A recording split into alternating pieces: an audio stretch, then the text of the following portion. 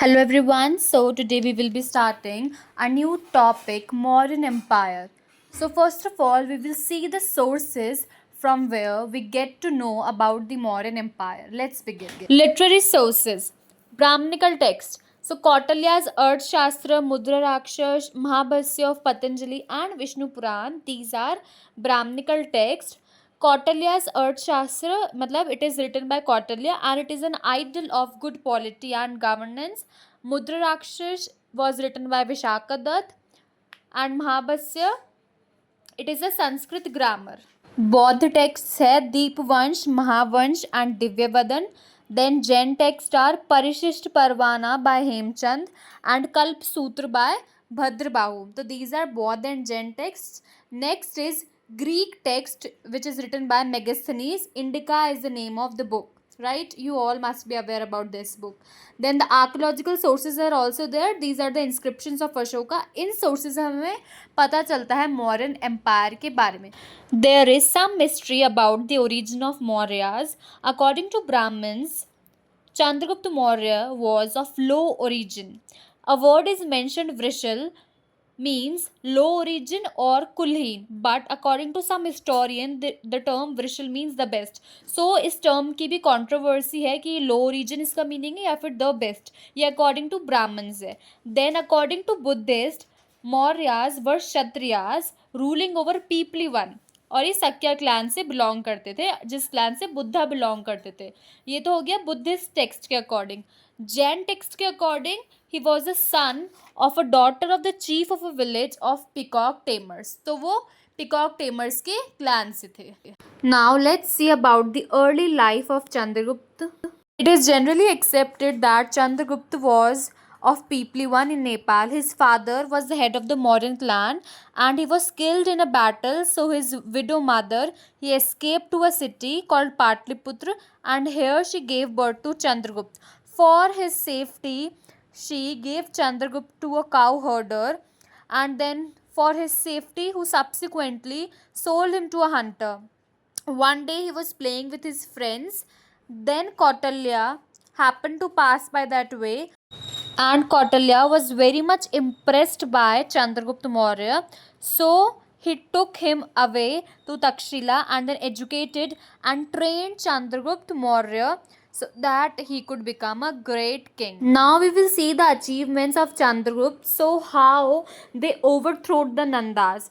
So first of all they tried to annex from the center but they failed to do so.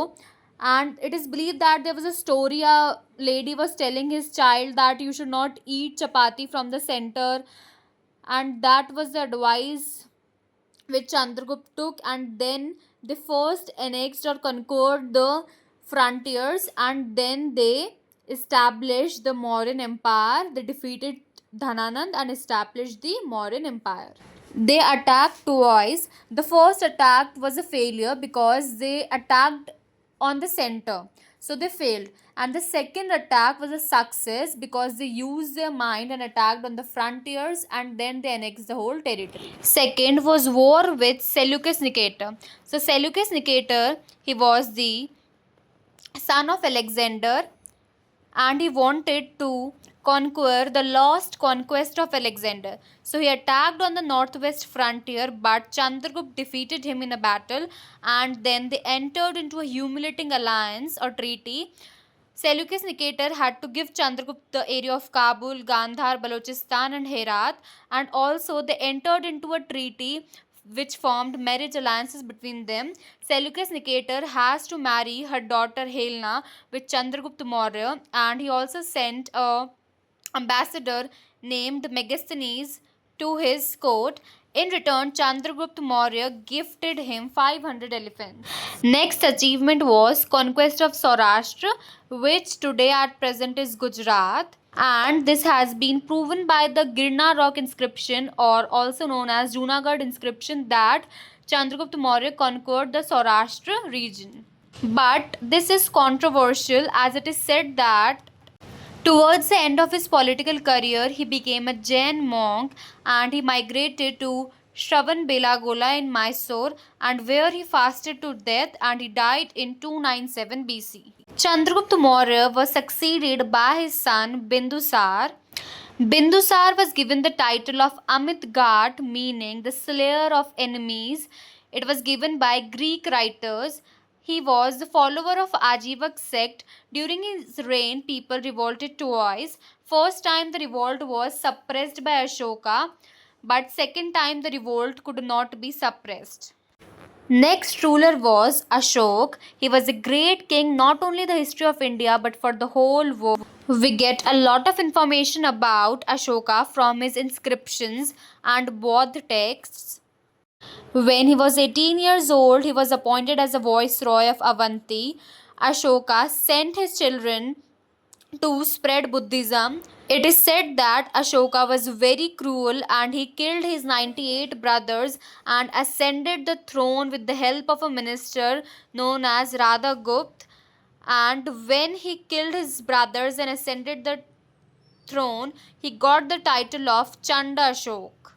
So, the very famous war fought during the Ashoka's reign was the Kalinga War. It was fought between Ashoka and the ruler of Kalinga. Chandragupta Maurya के पास करीब करीब जो पूरा modern India था वो पूरा था, but Kalinga was independent and Kalinga was very much significant because it had strong navy and it was located at a place where trade routes were leading to Southeast Asia. So it could be a problem for Patliputra that Kalinga was not the part. So Chandragupta tried to capture the state but he failed. Then after his death, his grandson Ashoka continued the conquest and he won Kalinga. There are not many resources available about the exact events and details of Kalinga war, but it is certain that the level of violence and casualties were very high. Almost 1 lakh people were killed and lakhs perished, and about 1 lakh and half people were taken as prisoners. There is no evidence about when the war began, but it is evidence that the war ended the 8th year of Ashoka's reign. Outcome of Kalinga War. So Ashoka was victorious and hence he conquered Kalinga.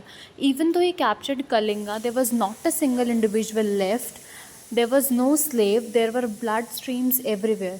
Ashoka had a great regret for the killings and then he left the policy of aggression and he adopted ahimsa. He was the first ruler in the ancient history where a conqueror gave up his sword. After this, he focused on the peace and harmony of the people. Although Ashoka's policy brought peace to the land, but in the long run, it destroyed its ability to defend itself from others.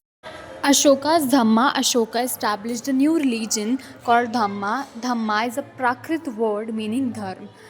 Dhamma, or the law of pity, has following fundamental values. Let's see. First is samyam or mastery of senses. Second is purity of thoughts. Third is gratitude. Fourth is esteem, devotion. Next, kindness. Then charity, purity, truthfulness, service, support, and reverence. These are the fundamental values of Dhamma. Now, what was the influence of Ashoka's Dhamma on state policies? So Ashoka stopped the policy of annexation and he appointed Dhamma Mahatmas for the improvement of the moral life of the people. He devoted all his energy and time for undertaking programs for the welfare of people and he followed the policy of ahimsa, that is, no injury to others. The policy of Dhamma enabled Ashoka to establish good relations with foreign countries. So, Ashoka was able to establish good relations with foreign countries and he adopted the policy of ahimsa, non violence, no injury to others. Now, let's see about the inscriptions. So there are 14 major rock inscriptions of Ashoka. Now let's see what is written on those inscriptions. First is prohibition of animal sacrifices. Then it mentions social welfare, respect for parents, Brahmins, consideration and non-violence to animals. Dhamma Mahatmas, they were special officers, you know that. Dhamma Mahamatas were told that they could report the king at any time, irrespective of the work he may be engaged in. Appeal for tolerance for all sects. Dhamma Yatra attacked ceremonies. He denounced fame and glory. He emphasized on respect for elders and mentions Ashoka's victory over Kaling. Dhamma related record had been written in detail on these inscriptions. Minor rock inscriptions, so Gujra, Musky and Bhabru में है ये सब. Major pillar inscriptions are found in Topra, Meerut, Kaushambi, Rampurva, Lauria Araraj and Lauria Nandgarh. Minor pillar inscriptions have been found in Sarnath, Sachi and Kaushambi.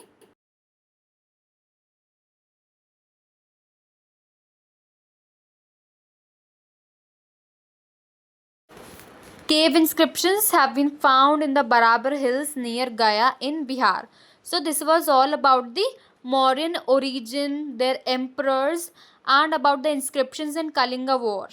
In the next part of the video, we will learn about the Mauryan administration. Thank you for watching.